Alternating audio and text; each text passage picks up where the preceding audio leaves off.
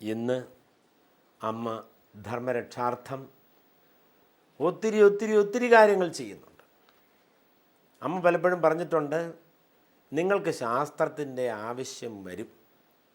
അന്തേവാസികളോട് അമ്മ പറഞ്ഞിട്ടുണ്ട്, തീർച്ചയായിട്ടും ശാസ്ത്രം പഠിക്കണം. പക്ഷേ ഞാൻ ചെയ്യുന്ന ഓരോ കർമ്മങ്ങളും എൻ്റെ വാക്കുകളും പ്രവൃത്തികളുമെല്ലാം സശ്രദ്ധം സസൂക്ഷ്മം വീക്ഷിക്കുകയാണെങ്കിൽ നിങ്ങൾക്ക് ശാസ്ത്രത്തിൻ്റെ ആവശ്യമില്ല എന്ന്. ശാസ്ത്രം മഹാത്മാവാണ്. ശാസ്ത്രമെന്ന് പറഞ്ഞാൽ ജ്ഞാനമാണ്. ജ്ഞാനസ്വരൂപികളാണ് ശരിക്കുള്ള ശാസ്ത്രജ്ഞന്മാർ. നമുക്ക് അനുകൂലമായ അനുഭവങ്ങളോ സാഹചര്യങ്ങളോ ഒക്കെ വരുമ്പോൾ നമ്മളതിനെ അനുഗ്രഹം എന്ന് വിളിക്കാറുണ്ട്. പ്രതികൂല സാഹചര്യങ്ങൾ വരുമ്പോൾ ഒരിക്കലും നമ്മൾ അനുഗ്രഹം എന്ന് പറയാറില്ല. ഒരു കുട്ടിയുണ്ടായി, അമ്മയുടെ അനുഗ്രഹം. ഭർത്താവിന് പ്രൊമോഷൻ കിട്ടി, ഗുരുവായൂരപ്പൻ്റെ അനുഗ്രഹം.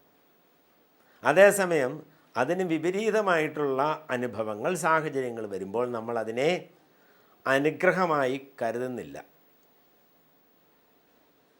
ഈ അനുകൂല പ്രതികൂല സാഹചര്യങ്ങളെയെല്ലാം പരിതസ്ഥിതികളെയെല്ലാം അനുഭവങ്ങളെയെല്ലാം ഒരുപോലെ കരുതുന്നതിനെയാണ് പ്രസാദബുദ്ധി എന്ന് ഭഗവത്ഗീത വിശേഷിപ്പിക്കുന്ന, അല്ലെങ്കിൽ ഭഗവാൻ പറയുന്നത്. പ്രസാദബുദ്ധി ഉണ്ടാവുന്നതാണ് ശരിയായിട്ടുള്ള അനുഗ്രഹം. പ്രസാദബുദ്ധി എന്ന അനുഗ്രഹം വാസ്തവത്തിൽ ആനന്ദമാണ്. അത് സുഖമാണോ ദുഃഖമാണോ രണ്ടുമല്ല. ശാസ്ത്രങ്ങൾ പറയും, അനുഭവിക്കപ്പെടുന്നതിനും, അതായത് ആ അനുഭവത്തിനും അനുഭവിക്കുന്ന ആളിനും, അതായത് ഭോക്താവിനും ഭോജ്യത്തിനും ഇടയിലാണ് ആനന്ദമെന്ന്. മനസ്സിലാക്കാൻ ബുദ്ധിമുട്ടാണ്. ഭോക്താവിനും ഭോജ്യത്തിനും ഇടയ്ക്ക് ആനന്ദം എന്ന് പറയുമ്പോൾ നമ്മൾ ആഹാരം കഴിക്കാതിരിക്കുമ്പോൾ നമുക്ക് ആനന്ദമുണ്ട് എന്നല്ല. അല്ലെങ്കിൽ വേറെ എന്തെങ്കിലുമൊക്കെ വിഷയങ്ങൾ അനുഭവിക്കുമ്പോൾ, ആഹാരമല്ലാതെ വേറെ വല്ല വിഷയങ്ങളൊക്കെ അനുഭവിക്കുമ്പോൾ ആനന്ദമുണ്ടെന്നല്ല. ഇതൊന്നുമില്ലാതിരിക്കുമ്പോഴാണ് ആനന്ദം. ഭോക്താവിനും ഭോജ്യത്തിനും ഇടയിലുള്ള ആനന്ദം എന്ന് പറയുമ്പോൾ അങ്ങനൊരു സ്ഥിതി വാസ്തവത്തിൽ സാധാരണ മനുഷ്യൻ ഒരു ജീവിതത്തിൽ അറിയുന്നതേയില്ല. എന്തെങ്കിലും ആസ്വദിച്ചുകൊണ്ട് മാത്രമേ നമ്മളുടെ ജീവിതം മുന്നോട്ട് പോകുന്നുള്ളൂ. ആസ്വദിക്കാതെ, ഒരു വിഷയത്തെ ആസ്വദിക്കാതെ നമുക്ക് ജീവിക്കാനേ സാധിക്കുന്നില്ല. ആസ്വാദനമില്ലാത്ത ഒരു ജീവിതത്തെപ്പറ്റി നമുക്ക് ചിന്തിക്കാനേ സാധിക്കുന്നില്ല. അത് ആഹാരം കഴിക്കലാകാം, ആരോടെങ്കിലും സംസാരിക്കലാകാം,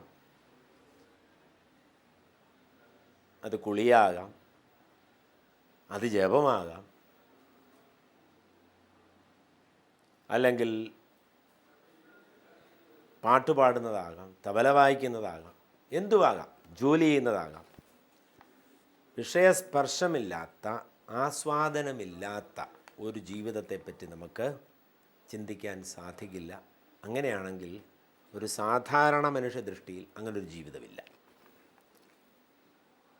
അപ്പോൾ ഭോക്താവിനും ഭോജ്യത്തിനും ഇടയിലുള്ള ആനന്ദം എന്ന് പറയുന്നത് ആഗ്രഹമില്ലാത്ത അവസ്ഥയാണ്. വിഷയാസ്വാദനങ്ങൾക്കുള്ള ആഗ്രഹമില്ലാത്ത അവസ്ഥയിൽ ഭോക്താവുമില്ല, ഭോജ്യവുമില്ല.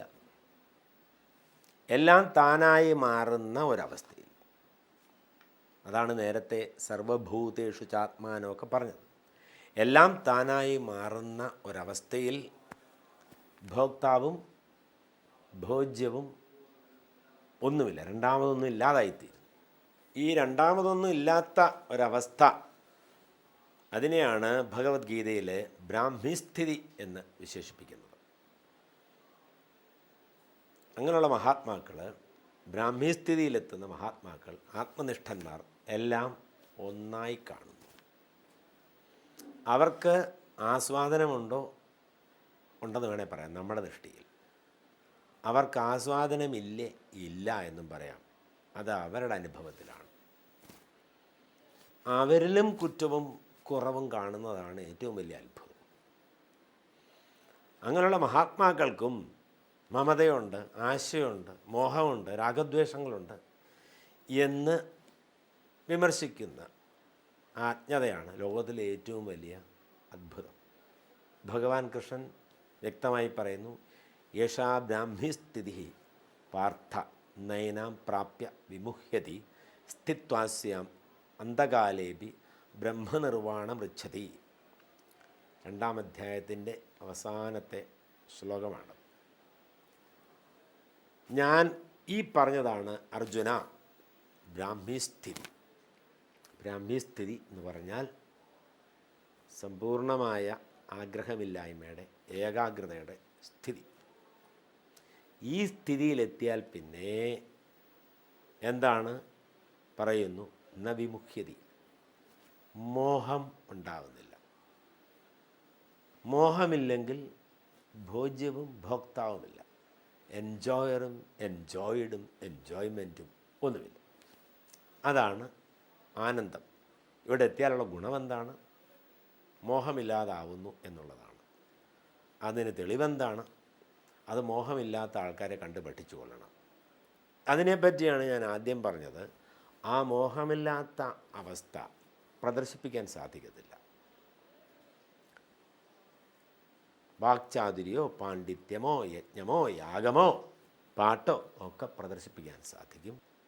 മോഹമില്ലാത്ത അവസ്ഥയിൽ എത്താൻ ആഗ്രഹിക്കുന്ന ആൾക്കാർ മാത്രം മണത്തറിയുന്നു എന്ന് പറയാം. അമ്മയും ചോദിക്കുന്ന അതാണ്, മോക്ഷം നിങ്ങൾക്ക് വേണ്ടേ? വേണ്ട എന്ന് നിങ്ങൾ പറയുകയാണെങ്കിൽ നിങ്ങൾക്ക് തൽക്കാലം സമാധാനം വേണോ?